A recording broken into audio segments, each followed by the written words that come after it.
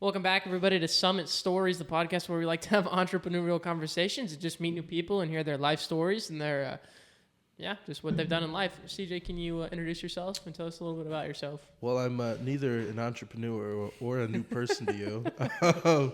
I am your older brother, Eddie Matz. Did you refer to me as CJ or Eddie? I called you CJ. I know that most people call you Eddie, but for some reason it's just stuck in my brain to call you CJ. Well, they're both my name, but CJ's more like a childhood nickname. But like when you used to get bullied, or yeah, stuffed in lockers by you. I'm Eddie Matz, and I work at Joe's Place Ministries. Okay, what's Joe's Place Ministries? So we are a sort of an after-school youth center where we are a Christian ministry, but we're not like a youth group.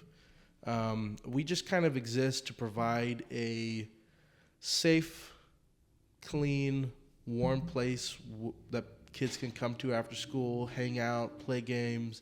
We serve them dinner. We help them get things like clothes if they need it. We take them on fun trips to places like water parks and to the beach and to the river. So, how long have you been working there for?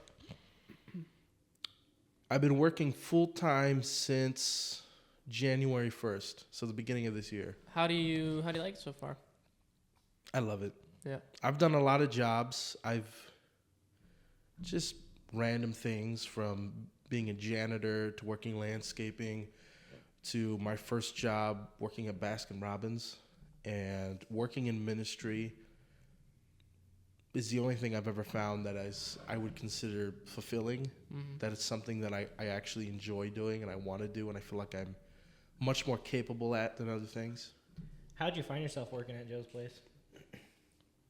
So we were going through I had worked in ministry prior, and I'd kind of taken a break, and I just kind of hit this weird slump in my career, and we were going through this program at my church, this Bible study about how God speaks to us and learning to hear God speaking to us. And one of the things they had said was, if you want to find what your calling is, because God is always working all around us, you just have to find where God is working and head in that direction. And so I was kind of stuck in this weird spot where I wasn't getting the hours at work that I wanted to, and so I was stuck at home a lot with a lot of free time. And I just felt that free time could be better used elsewhere. And I feel like free time's a dangerous thing. Not to interrupt you, but I feel like when you have free time like that is when the devil and, when Satan really attacks you. I feel like that's honestly, like, I tell people all the time that I'm pretty lazy. I don't like to work, but that's not true. I am kind of a workaholic. I complain about working, but when I'm not at work, I complain that I have nothing to do and I'm bored. Yeah. But I saw that Joe's Place needed volunteers, and so I just kept showing up, and eventually I was there every day because I had so much free time, and things just kind of progressed naturally till I ended up getting a job there and working. So knowing that you've been at Joe's Place for a bit and kind of in ministry and just kind of doing that and pouring into these kids' lives and stuff, I'm kind of curious, like, obviously we're brothers, so we've lived, similar lives, but like very different paths. I'm kind of curious, growing up, like your perspective of our family and how things were moving from, Federal Way, Washington, moving here. Because like I shared a little bit on the podcast, my point of view, but obviously like everybody sees things in different ways. So I'm kind of curious, like your take on growing up. I mean, I never really thought about it that much about moving from where we were to here in Oregon, other than I like Oregon. Even though I wasn't born here, I consider this where I'm from and where I grew up. That's because nobody wants to be associated with California. Yeah. Well, just that I've just come to really find what I enjoy here. We used to live in a pretty big town, a big city in Federal Way, Washington. And now that I'm here in Oregon, I much prefer small towns in the country. In fact, the last time I visited Washington, I was super excited to go back. It had been over a decade since I'd last been there. And then I get there and I'm like, this kind of sucks. I want to go back to Oregon. But, I mean, as far as how we wound up here through our father our father seeking opportunities to be in ministry and be a pastor, I definitely think that was God's plan for everything and how it turned out. Speaking about your dad, do you feel like you're going to kind of follow in his footsteps? In being a pastor? In being a pastor and being a big kind of a pillar in the community? I don't know about pillar in the community. Being a pastor is something I'm interested in. It's something I am pursuing, although probably, I'm not in seminary, although I've considered it. I've been doing a lot of like pastoral internships at different church, taking on teaching Even responsibilities. leading a Bible study. Yeah. Yeah. I lead 2 Bible studies full time, and then I've been helping out with 2 other ones. So that's awesome. That's cool. Very, very stressful. I am not, I would say, a natural leader in any regard. I like structure, and I like rules, and I like just having what I have to do laid out before me, and I can go do it. I don't like having to come up with that on my own. So I've always thought like I don't like public speaking. That's kind of how I see like leading a Bible study is public speaking and like having to be in front of other people. You know what I mean? Like sharing. And like I've always learned that like when it's something you're passionate about, it's not you're like not as nervous. Like if you're trying to like teach someone how to do something, it's like super awkward. You're like you know. But like when it's something you're passionate about, it's very easy to be like confident and just like know what you're speaking. And I feel like sometimes with like teaching Bible study and even like preaching. Like Dad's even talked about like how he goes up to preach and he like blacks out and doesn't remember it, and second later just getting off stage, but it's just because like that's God speaking through him, like that's him being a vessel for God's work, and like while you may not see it, you may feel like you're just being like super nervous and jittery and like don't know what to say and not confident in Bible study. Like what comes out of your mouth is like very profound, and that's the Bible, and like that's like God using you as a vessel and speaking through you. You know what I mean? yeah. So I feel like you should give yourself more credit for that, but. I know. I enjoy more intimate Bible studies. There's smaller groups, people I'm comfortable with. And even in ministry in general, there are a lot of people who, like taking pastors, for example, there are a lot of pastors who really enjoy the teaching and the preaching, but they don't like the smaller stuff that comes with it. I'm the exact opposite. I am not big on public speaking. I don't enjoy that part of it, but I really like the more one-on-one counseling side of pastoral ministry, of meeting with people, seeing how they're doing, helping them with their issues in life, and helping them see where God is working in their lives. I find it super interesting, like the counseling portion and the problem-solving portion. Like I find myself enjoying that when I'm like conflict resolution, when I'm helping 2 people like be a third person out of the situation and just helping them work through it. Yeah. I guess in a sense, I like coming to a conclusion.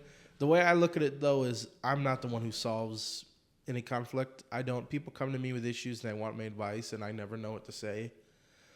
I think my thing is most people know the solution to their issue, whether or not they know it or whether or not they want to admit it.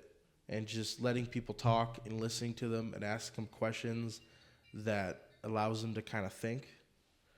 I think most people, as you do it, they'll naturally kind of be like, oh, this is what I'm supposed to be doing. Yeah, like it takes another person to see it from the outside and be like, this is what you need to do. And they're like, oh, yeah, forgot about that. But, I mean, everyone's different, both in their approach to those sorts of things, and then also everyone's different in what they need to hear. Yeah, definitely. In the construction industry, especially in like contracting and carpentry, there's a lot of problem solving. What do you find as problem solving in your area of work? Because you work with kids a lot. Yeah. A lot of, I don't want to say troubled teens, but you know what I mean? I mean, some of them are troubled, yeah. And I don't want to type any of the kids I work with in any certain way. We have a very diverse group of kids from various different parts of life. problem solving is oftentimes, I mean, there's the more technical side of things, of planning things, of making sure things run smoothly. I'm not just in charge of hanging out with the kids. I'm also in charge of making sure things go according to plan every night, or if they go off a plan, which they often do, making sure we can kind of find our way back on track. Yeah. Yeah, man, that's a tough question. I'm not really sure. Because again, I'm the kind of guy where, Well, I think you just said it. Like, making sure, when things go off the rails, you're still kind of figuring out a different way to do it. I think with children specifically, there's so many emotions that they don't know how to regulate, and problems often seem bigger to them than they really are. Yeah. And so part of being there and part of what we do at Joe's Place is just being a responsible adult who is in control and is calm and is not folding under pressure and can kind of be that sort of solid rock in what's going on. Yeah. And just kind of the center a lot of these kids. Because, I mean, so many kids, no matter what they're going through at home or in school or wherever, when they come to Joe's Place, it's all that stuff is kind of left at the door, and they're able to just enjoy themselves and have fun and not have to really worry about those sorts of things. What do you think are some of your favorite parts of your job and your least favorite parts? My favorite parts are definitely the actual spending time with the kids and being able to have good conversations with them where I feel like they're kind of getting at what I'm talking about. I had an opportunity 2 days ago to actually sit down and pray with one of the kids. And that's not something we force with the kids. We don't force any sort of religion. And so it was nice that opportunity got to come up organically. The kind of stuff I don't enjoy, honestly, is the more administrative stuff of having to plan out trips and plan out the logistics of them and make sure everything's paid for and everyone is where they're supposed to be and everyone's on time. It's not my strength at all. So you don't think you're a very organized person, or you don't like having to do the organizing? I think I'm organized. Mm-hmm. I think I don't like dealing with other people's disorder. Yeah, I get that. Yeah. So I'm kind of curious, because like you said, you touched on a little bit that you've done other jobs before, but I know that you've always had your own ideas. Like, we come from a very entrepreneurial-minded family. Like, our family and like our parents have owned multiple different businesses and nonprofits. I'm kind of curious, like, what kind of passions you've had in the past. I know you were a part of a news podcast for a while. I know you've had your own heart. You have a heart for film and stuff like that. I'm kind of curious, give us a little background on that. About my ideas or anything? Mm-hmm. And just kind of like, what happened with the podcast too. Oh, I mean, that's a whole nother thing. It was just personal things that came up in some of the podcast members' lives where we didn't have as much time to devote to focusing on that. Mm-hmm. So we took quite a bit of a break, and we recently approached the opportunity of doing that again. Mm-hmm. But I think so much time has passed since we last did that both our podcast didn't have the same energy as it once did, and it would have been hard to redo that. But also, I think that we were just at very different points of our lives, mm-hmm. where I was the one who was kind of like, I'm not sure if I really want to do that anymore, at least not in that how we were doing it before. Just because it's political or what? Yeah. I mean, there were a lot of things that I really missed about doing it, but the farther I was away from it, the more I thought there was a lot of things I really did not like doing. A lot of people I did not enjoy talking to and spending time with through that. What kind of aspects of it do you miss? I definitely miss because I mean, we got to do a lot of actual really cool journalism stuff about interviewing people and calling people and getting quotes and doing all this research. That stuff was fun. Mm-hmm. Being invited to events to film things and to do kind of promotional stuff or things in the community, I enjoyed. Yeah. But the more I think the podcast or the community here would definitely enjoy a revamp of that. Yeah. Some It new was more videos. so the very politically charged interviewing candidates as they came on to give their whole spiel of why you should vote for them. That was more the stuff that I didn't enjoy very much. Mm-hmm. So, not that I didn't enjoy it at the time, but looking back on it, I'm kind of like, I don't think I'd ever want to do that again. I'm glad I had that opportunity, but yeah. So you kind of said that you enjoy, like having things set up for you and having what's the word I'm looking for? Organization and having a plan Structure. and structure. Thank you. Do you think you would ever own a business or ever have your own ventures or no? I am not minded in that way at all. I'm not good at business or money or anything like that, or any sort of, licensing or any of that stuff. I don't know anything about that. I guess if I had someone who was willing to take on that kind of work and I could do the actual day-to-day business part of it, it'd be different. But yeah, if I were to ever do anything, I don't think it would ever be a business, probably some sort of nonprofit. Yeah. But I mean, that kind of itch to work in that area is already kind of scratched by my job. So, and in that, somebody else handles all the important business stuff, and I just get to work. Yeah. That's exactly how I feel. That's funny. I'm kind of curious your view on money and what you think of it.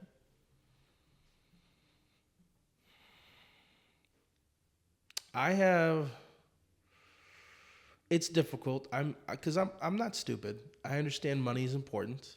It's important to make sure that you're being taken care of and that people you're responsible for are being taken care of. Mm-hmm. I don't think that I generally focus as much of an emphasis on it as most people do. And I've been accused of before of conflating faith with apathy, to where it's not that I'm having faith in that it'll work out and God will have his plan seen through, but more so that I'm just not worrying about it because I'm trying not to think about it. And so I can kind of see that with money a little bit, where part of it is I'm not worried about it, about how much money I make, what I do, what house will I have, how nice will it be. But at the same time, I do think a part of it is I don't like thinking about it because it's difficult and it's not something I have a mind for at all.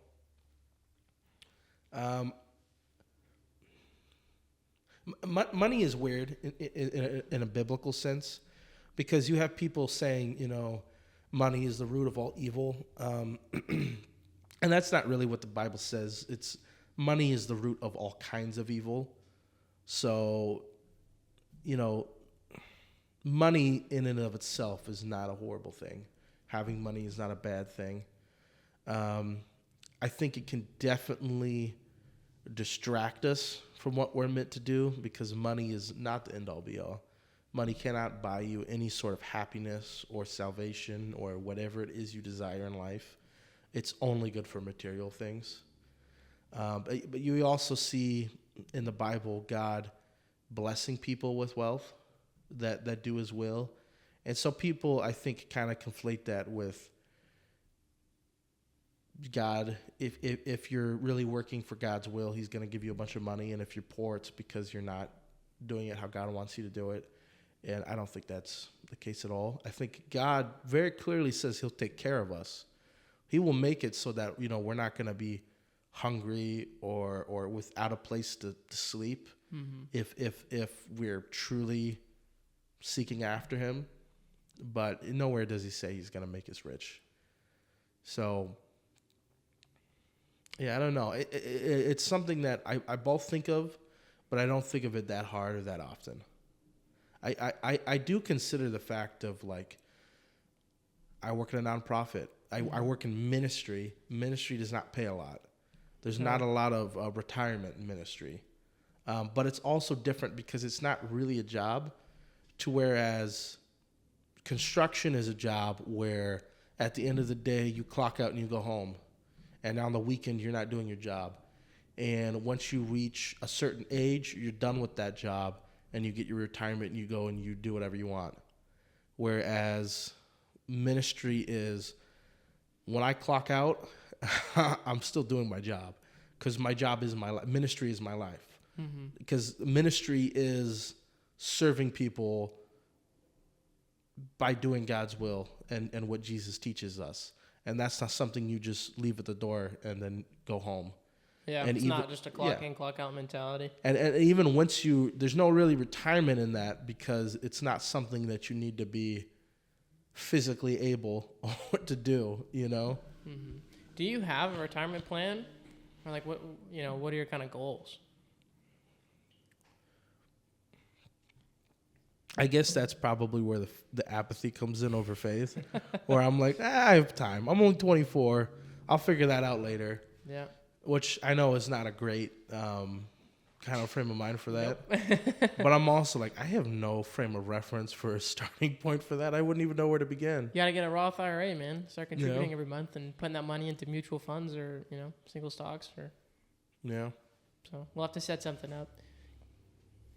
I would appreciate somebody actually approached me about that recently, about how I needed to set up a Roth IRA. And I'm like, I don't know what those words mean, but that sounds cool. All right. It's basically an account you put money into every month and you invest that. Because people ask the question all the time, what would you do if you had $1 million? Like, I'd invest it. And, they don't know what that means, but. It just sounds smart. Yeah, exactly. Yeah. If I won the lottery, I'd invest all my money. Yeah. Growing up, I always heard, if you put $100 in now from, until you're 30, you'd have $1 million. And, being a 16-year-old, 18-year-old, I was just like, that doesn't sound fun. Yeah. But now growing up, I'm like, man, I wish I would have set something up. It is. So I have had a Roth IRA since I was like 18, I think, or 19. And it is kind of like exciting because you're like, wow, if all else fails, at least I'll be rich by the time I'm 60. But then it's like, oh, by the time I'm 60. So I don't know what it is, but like my mindset, like I'm just like, as excited as I am to have that retirement at 59 and a half, like I'm trying so hard not to count on that because I don't want to wait till I'm. Are you counting on your Social Security? No, that's gonna run out by the time I'm 30. But yep. Yeah. But I don't know. We have lots of plans and lots of ideas for retirement, not just a Roth. I mean, we got lots of things in the pipeline. But do you find it weird, like your little brother and brother-in-law owning a business? Does it feel like a business to you? Does it feel weird? Are you just used to it, or kind of curious? It's not weird to me. No. I think it was a little weird when I worked for you. That dynamic. Dude, you were one of the first ever lawn care employees. Yeah, and one of the worst. No, that's definitely not true. We fired a couple people. That's definitely not true. Yeah. Give yourself a little bit more credit than that. Yeah, I really, really tried the blue collar thing because for the longest time I thought that was all I could do, that I wasn't capable or educated enough or anything else. But I tried it for so long that I'm like, it's really not for me. I'm not. I got soft hands. I'm not meant for this kind of work. Soft hands, brother. You got paper pusher hands is what they call them. No. Yeah. That's like dad's hands. They're always like soft and squishy. I don't know why I remember that as a kid, but I used to work at the school. And some teacher came up to me one time when I was in like high school and like shook my hand. And she was like, "Oh," and I was like, "What?" And she's like, "Those are the roughest hands I've ever felt. No girl's ever going to want to hold your hands." And I was like, "Oh my gosh." I think my wife would make fun of me if my hands weren't calloused. Not saying that's not. Yeah, whoa, dude. Were you making fun of him? That's what I was saying. Weekly I go and just drag my hands across the concrete. Keep Just them make rough. sure they're rough. That's crazy you saying that about your dad because he's a veteran and he used to work in the paint industry and moving 5 gallons of paint all He all the time. worked in a paint store. He managed the paint store. He managed the paint store. Let me get this straight. The paint store is the paint industry. Yeah. I think the professional painter would disagree. But you know what? We have a friend who's an artistic painter, and he'd disagree that you're the heart of the paint industry. Autistic painter? Artistic. Oh, artistic painter. Some might argue the other way. All right. Going back to what you were saying about like your ministry being a lifestyle, do you think that other areas of work can be a lifestyle for someone? What? I understand what he's asking. Okay, good, because I was super understand. confused. Yeah, I guess. I mean, just like, so even with, I mean, there are breaks in ministry. There are points when you're just at home by yourself or you're on vacation. And the same thing with doing construction. There are points where even at home you're researching and learning and doing things, or even just making. I think something you guys do a really good job at is making and building relationships with other people in the industry. Yeah, that's what I was getting to, because like me personally, I care a lot about my work, and even. You laughing at that? The way you said that when he like patted his stomach just threw me off. You know, even when I'm at home at night, I'm thinking about the job or thinking about one aspect of the job and like making mental notes. Oh, I need to make sure to nail off this, or oh, I wonder if that's how I should clamp this, or. I guess from my perspective, it's different, but that's just because that's the way I approach things is different. Well, I think also it depends on if you care about it. Mm-hmm. Yeah. You know, like Whaley, he's our employee, but he's, doing research outside of work and watching videos and, texting me outside of work. Hey, would this work for this? So I think it comes down to what you're passionate about. I never did any of that. If you weren't paying me, I wasn't doing I wasn't even thinking about work.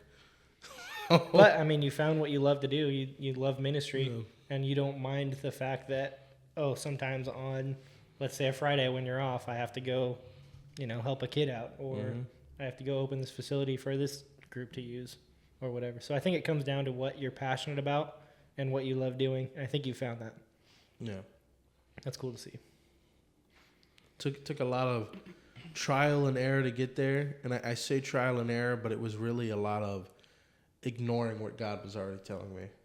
So, not to turn things into a bad note, but I feel like we're kind of talking about like the height of your career and everything. I kind of want to talk about the low parts and which low part? I kind of want to talk about like your darkest times, because having seen you go through those and stuff, I like seeing like you now and like how positive you are and how encouraging and just like loving and considerate of other people, and like it took a lot for you to get to that point. And I'm curious kind of, what happened in your dark times and what got you through that and brought you to where you are now, just in case there's somebody listening who's in those dark times and they need something to pull them through. Well, I think the biggest thing is just what I was talking about. It's not like it was trial and error. It was more so me ignoring what God wanted me to do with my life. And when you run from God's plan, a lot of that is running from God's truth and God's design for our lives. And when you do that, you create this sort of divide between you and God. That is very much a man-made divide. It's not God departing from me. And this is something that, of course, as a Christian, I can understand, but maybe for people who aren't, it's kind of a ridiculous quote. But the further you are from God, the more miserable you're going to be. And so I think that's where those, like the crux of those issues I had came from. But no matter how far I distanced myself from God, no matter how miserable I made myself, I think God had his plan for me. And he never gave up on me. And he constantly pursued me. Because, I mean, God is not a God of second chances. He's a God of infinite chances. And when God says he is going to get something done, he means it. And it has nothing to do with us, because God could get whatever he wanted done without us. So when God says he wants something done and you're going to do it, he means you're going to do it, because he doesn't need you to do it. He's asking you to do it. He's giving you an opportunity to do it. And so he's got, I guess, infinite time to wait on you. You don't have infinite time to wait and do God's, command, but it kind of seems like running with a resistance band on you. Like the further you run, the harder it gets, and eventually it will snap, and God's going to be right back. Just like a resistance band will come back and hit you. God will be right there to waiting to hit you. No, just kidding. Waiting to embrace you. Yeah. Yeah, that's a good way of putting it. Yeah, I don't. But I feel like that's kind of your life, because for a while you were running away from God, Mhm. and then all of a sudden, not all of a sudden, but like you got snapped into, doing work for 715 and then doing ministry with Joe's Place, and now you're like we said, leading men's groups and leading Bible I studies. think it was because I tried to do things of my own will for so long, my own strength. Because like, no, I'm a man. I have to do this. I have to decide. I have to take the initiative. And taking an initiative is important, but not of our own plans, not of our own will. And I think I had seen how that worked out for me so many times. Of like, well, obviously, I don't know what I'm doing. I've seen where a life without God is for me, and it's nothing but misery. So I guess I should go back to what I know, was I guess the thought process of like, if I've obviously tried it my own way and it's not working, I'll try it God's way. And then everything just kind of started working. And it was like, well, there you go. I guess, that was it. I don't have anything to add to that. In every episode, you have some kind of different drink there. Got to do it. And Gotta you focus in. act like you Gotta think you're laser putting in. it out of frame, but it's never out of frame. It's like takes up half the screen. It's Well, subconscious sponsoring. Not even that's the worst There you flavor go. of Celsius I've ever had. That is completely awful. It's not The horrible. whole fridge is full of it. It's not. Because it was free. Okay, it's not horrible. it's pretty bad. Try it, CJ. I had it earlier. Give it a shot. I already had it. I was at your maybe the viewers office want it. last night when you weren't here, and I drank it. It tastes like a sugar-free sherbet. What were you doing in my office last night? The viewers want to know. Don't check your paperwork. Don't check my paperwork. No, I was just here hanging out with Dad. Because his office is on the other side of this wall. Yes, it is. Yeah. He's never here. I'm here so much by myself. Sometimes it's so demotivating to be here for like 4 hours just typing away, and there's like nobody else here. You have your own cubicle. Yeah, pretty much. Do you have any questions for us, CJ? Eddie? Christian? When we started this podcast, you said I wasn't the interviewer. Yeah, At why are you NASCAR. asking? Why are you having him ask us questions? I don't know. It's interesting. Maybe he has a different point of view on something. I guess, okay, so I asked you this question at men's group, and I'm going to ask you this on the camera in front of everyone. I'm gonna cut this off. I don't want to respond to this. I'm gonna cut it out. I'm kidding. Where do you see God working in your personal lives? Josh, want to go first? I'm gonna answer first. Do you have something in your mind? Nope. I know I answered your question, but I don't. I It's gonna take me feel a like second to God snap back into that. is calling me to be a better husband and to do research on how to be a better husband, how to be a good father. So I feel like he's working in that area of my life. And that all ties back into work, like how to be a productive leader and not a boss, like be down in the field with the guys, showing them how to do stuff. Yeah, servant leadership. Yeah, servant leader. Yeah, exactly. Why'd you look at me so judgmental? He's like, yeah, No. Josh, you're a servant leader. This guy sits behind his desk for 6 hours a day. What a bum. And then you're like, you got a better answer than that? Like you just gave the preschool answer of Jesus, and it's like now no other kid gets a good answer, There's more to life than your job, Benny. Yeah. Where do I see God working in my life right now? Mm-hmm.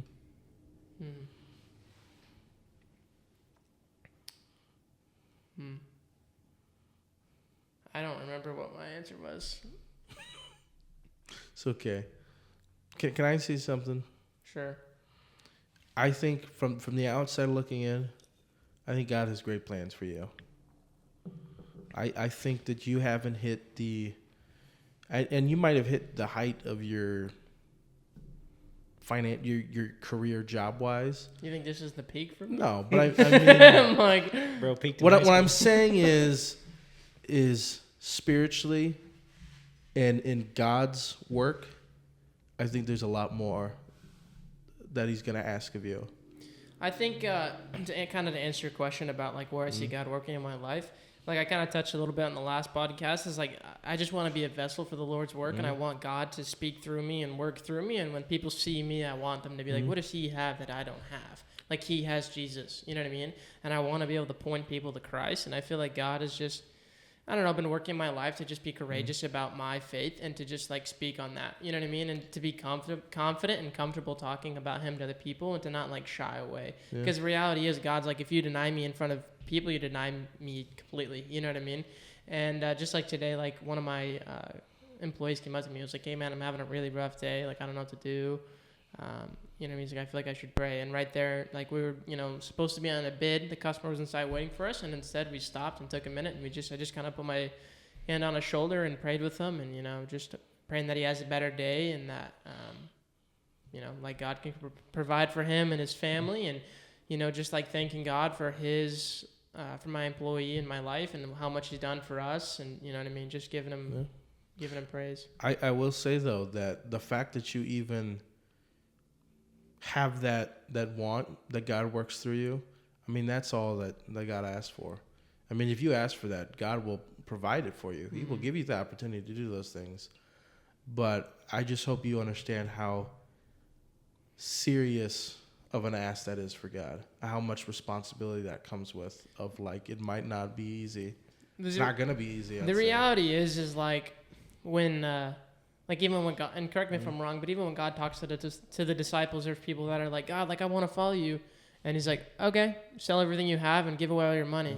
And he's like, I can't have my money and come with you. You know what I mean? And like, the reality is like you have to be able to commit to God and give him everything and give away all your worldly pleasures and follow him. And like the way I see it is like everything we have, all the money and all the toys and stuff, like that's nothing. You know what I mean? Everything we have is God's and he's given it to us, you know? Like the whole reason we have this platform, the Spotify and YouTube and our business is because we want to be in the community to love on people and point people to Jesus. Like we just want to be a blessing to other people around us and we want to love people. And I feel like that's a big like role that I need to play, or that I'm supposed to do, you know? When God tells them you need to, you know, sell all your possessions and get rid of all your money, he's not saying every Christian has to do that. He's, you know, it's just saying that if that opportunity came up and those things were preventing you from doing God's work like you wanted to, would you be able to give those things up? And that's what I'm saying is like I'm prepared for that to have to happen. Like there's many things I've given up on my life because I feel like it was getting in between my relationship with God. You know what I mean? There's nothing, no worldly pleasure. I mean, don't get me wrong. I make it seem like it'd be easy to cut that off. Obviously it's not, but there's nothing that I'm not willing to try to work on to get closer to God. You know what I mean?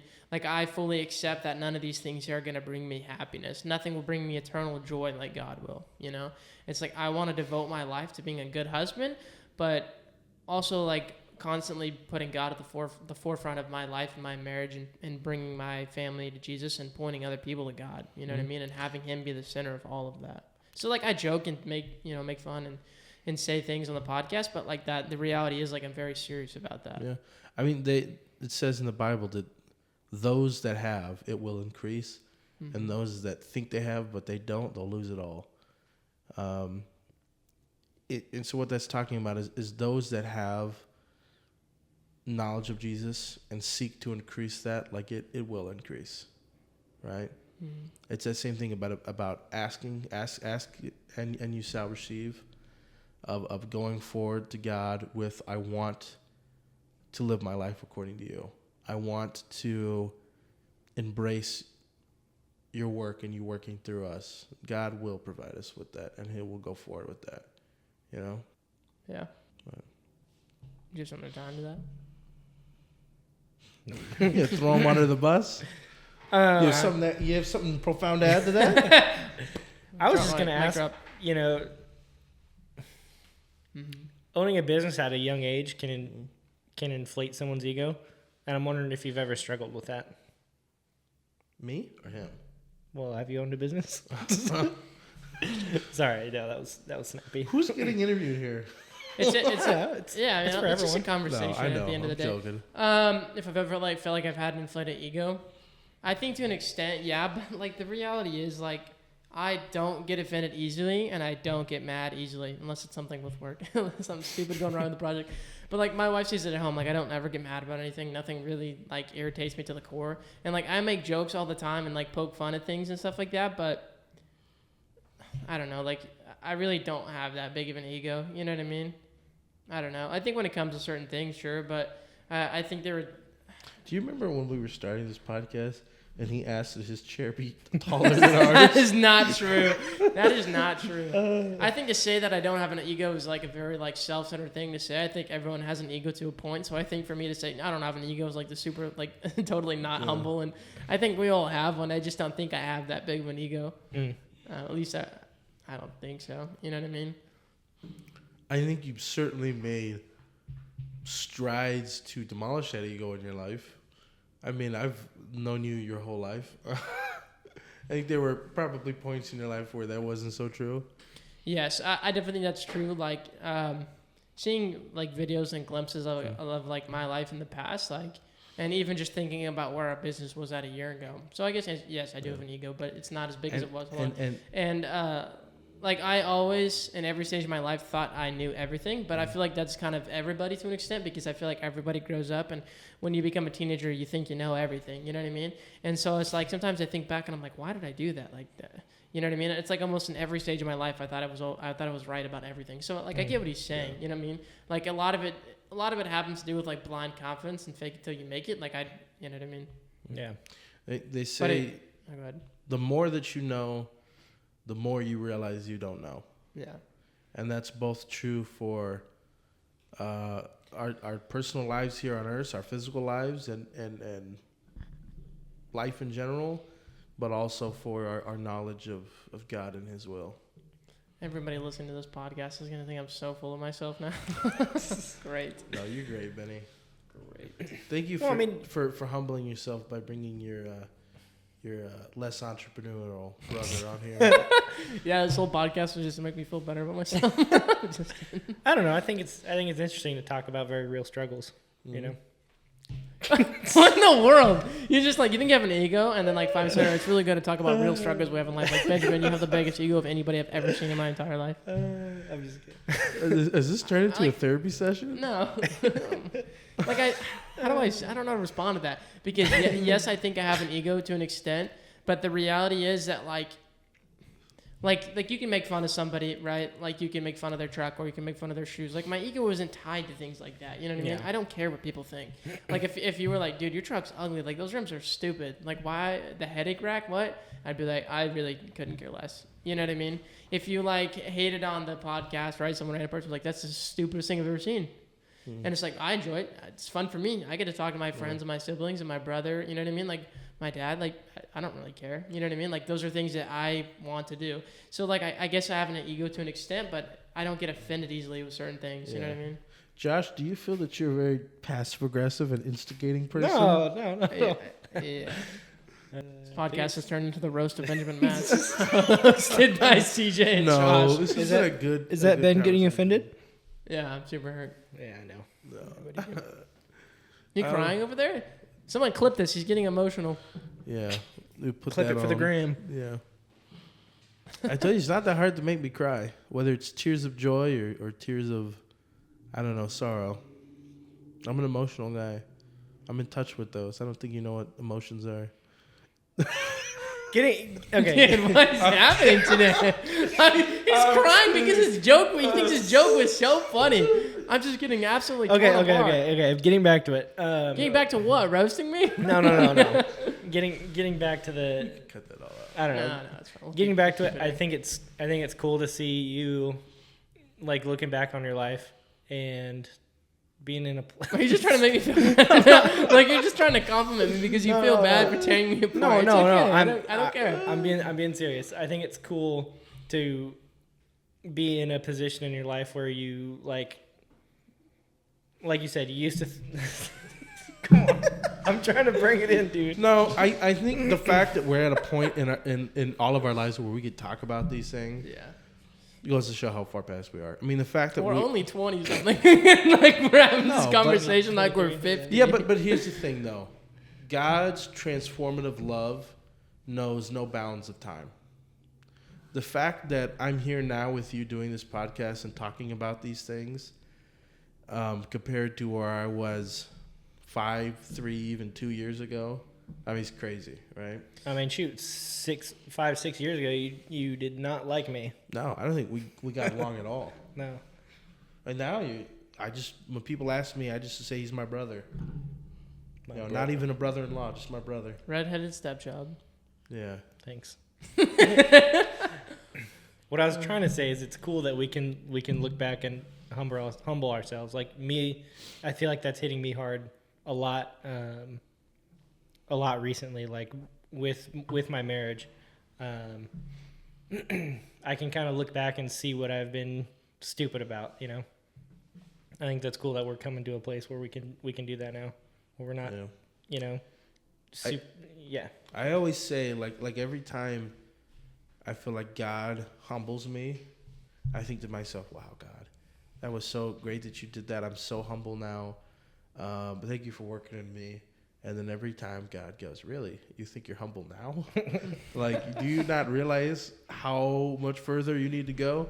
I gotta say, I'm very proud of, just to make, trying to get things serious again, like I'm very proud of how far that you've come as a person. And I know that's probably weird to hear from your younger brother. But I do look up to you in many ways. You're a very smart person. You're very knowledgeable. You're very good at retaining knowledge. You're very good at like conversating with people.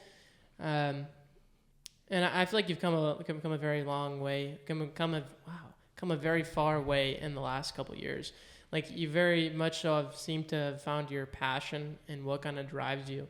And like I've seen you in some dark places in your life, and to see you come out on the other side on top and just want to work for God and want to be a vessel for His work and just want to love on other people and help them. Like that's very huge, and I'm very proud of you for that. Yeah, it's not so much that I look at what I do now as turning away from those dark periods of my life. Mm-hmm.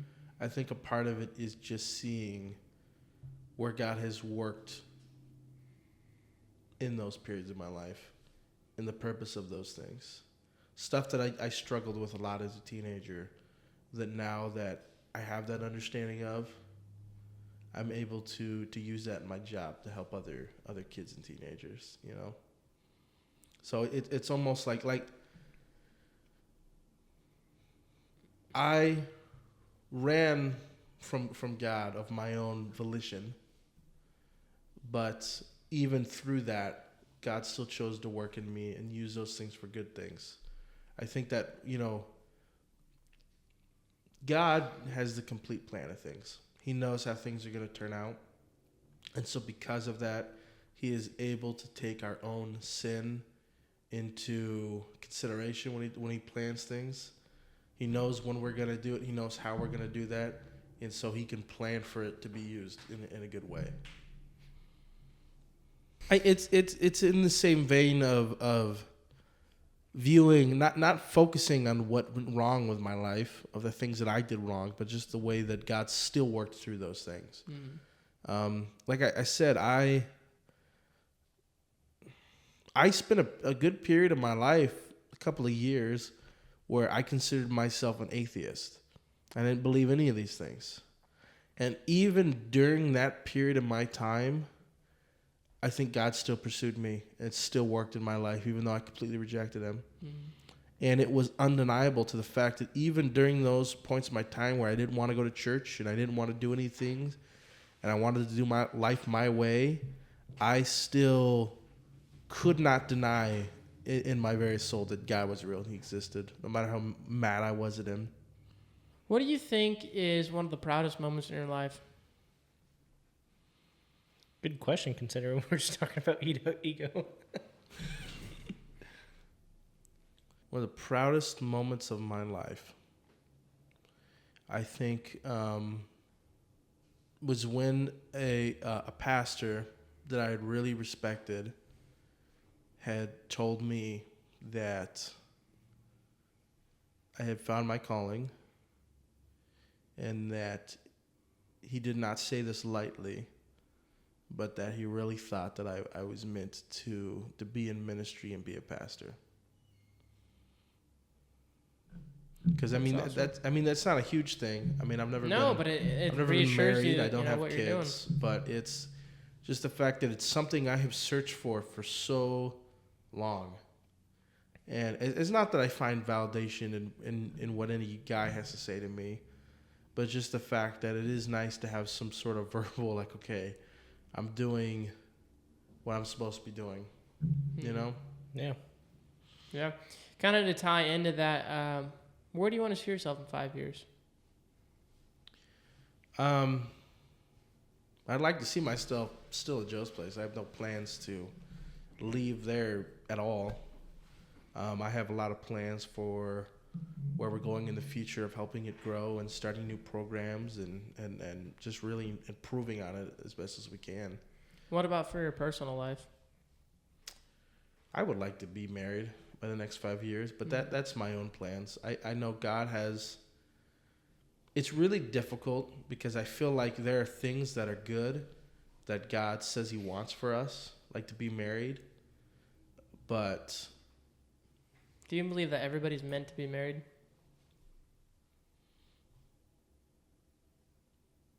No. I think... I think there's...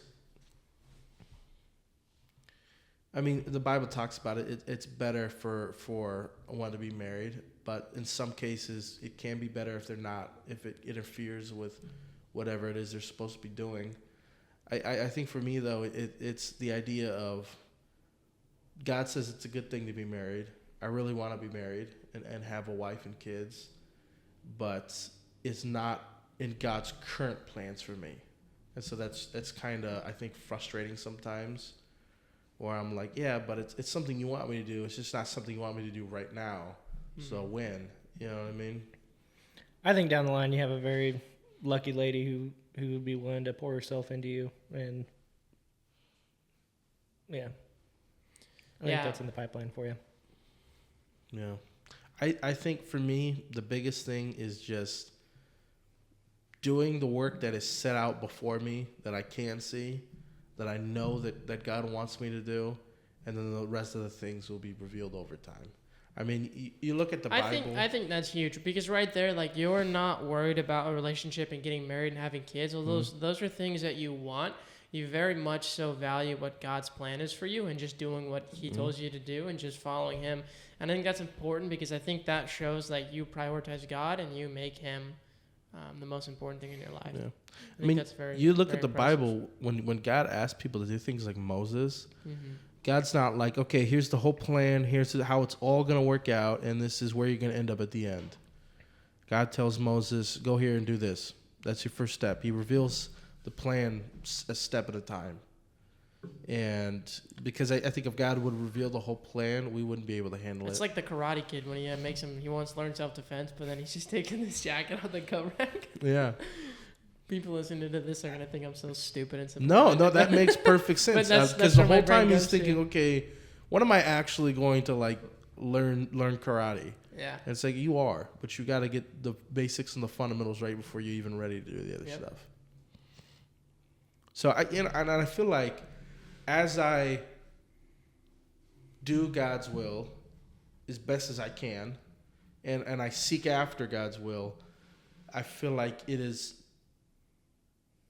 making me more and more capable so that in the future when I become a husband, I'll actually be able to do it versus now. I feel like I'm capable, but when I actually consider how much I keep growing, I'm like, okay, maybe I'm not that capable then of like doing that now. I think you're going to be a great husband. I think you're going to be a great father. Yeah. Wow, I'm excited for you. I'm just glad I get to be an uncle, you know, both for your kids and your kids and our sister's kids. So. Yeah. Being an uncle is like one of the most fun things.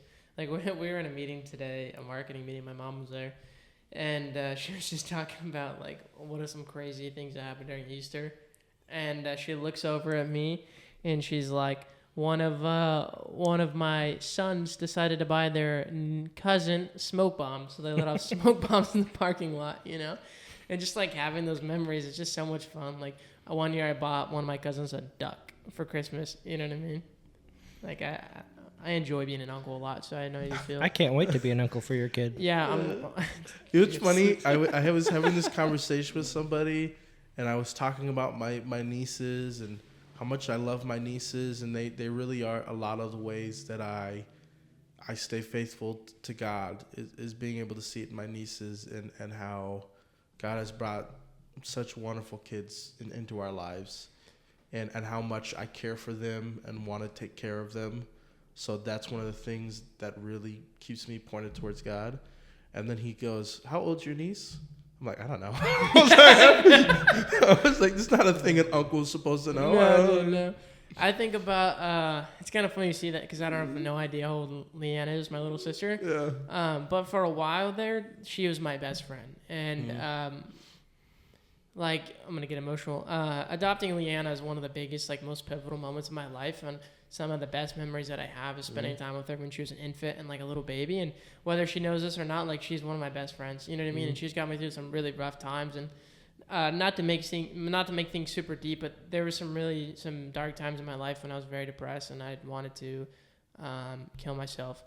And I remember holding my pistol, racking my pistol and holding it up to my head and thinking like I'm so done, I'm so over life, I just gave up. You know what I mean? And the first thought that came to my mind was like, what about Leanna? You know what I mean? Like, what's she gonna do when she wakes up tomorrow? And she's like, I want to hang out with brother, and brother's not there.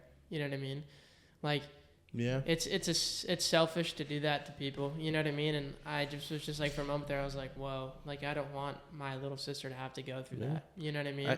And I don't. What? Well, I was gonna say that's the same headspace I was in when going through difficult things. I had the same thought as you, and that's one of those things where our family was going through so many difficult things at the time, and then you introduce kids being born into that. And at the time, we're thinking, oh, great, just another list of, like, difficulties that pile onto this. Not only are we dealing with these problems, but we're trying to, you know, help take care of and raise these kids, our nieces and nephews and our little sister.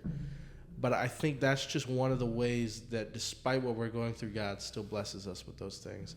These great, beautiful things coming out of these hardships, you know? Kind of to wrap things up a bit, what is something that you would like to tell to somebody who's just in a really dark part of their life and they don't know what to do and they don't know how to make it out and nothing seems to be working, you know, and maybe they don't know what to do? Keep an open mind. If you're at the point in your life where things are not working, then you need to evaluate your approach. Are you trying to do things your own way? Are you seeking it from help from any other expert or extra, you know, spiritual thing? Have you considered God?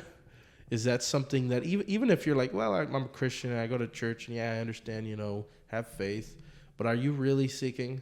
Are you really trying? And it's not that I'm saying like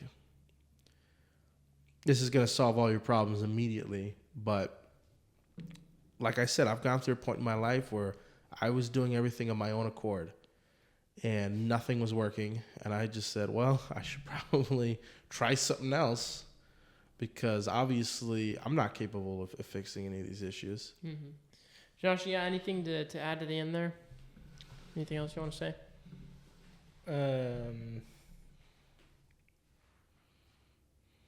I don't think so. Just highlighting what you said, like keep an open mind. You know, even if you don't know or don't feel like it, a lot of people love you. That goes out to everyone. So yeah, and even no matter how you feel about religion and God specifically, what the Bible does say is that God loves you no matter what. When no one else loves you or cares about you, God does. So keep that in mind. Everyone is welcome at the feet of Jesus. Mm-hmm. You know. Well, CJ, it's been a pleasure having you on here. I'm sure we'll have you on multiple times after this, just kind of at different stages in our life. We'd like to talk to you more. Mm-hmm. I love you. You're the favorite brother that I have. I'm just kidding. You're my favorite blood brother that I have. You mean a lot to me, and I'm very proud of where you are now. And I've learned a lot from you, and I I have a lot of fun memories playing games with you and just hanging out. Things I'll hold on to and cherish for the rest of my life. And I can't wait to have a son and to be able to tell him about you. You know what I mean? And a lot of the fun memories that we've had together. So I'm excited for that. So, yeah. Anything else? No, just that. I don't know. Go out and seek the Lord in your lives. Look where you see God working in your lives and pursue that. Yeah. The world is full of nice people. If you can't find one, be one.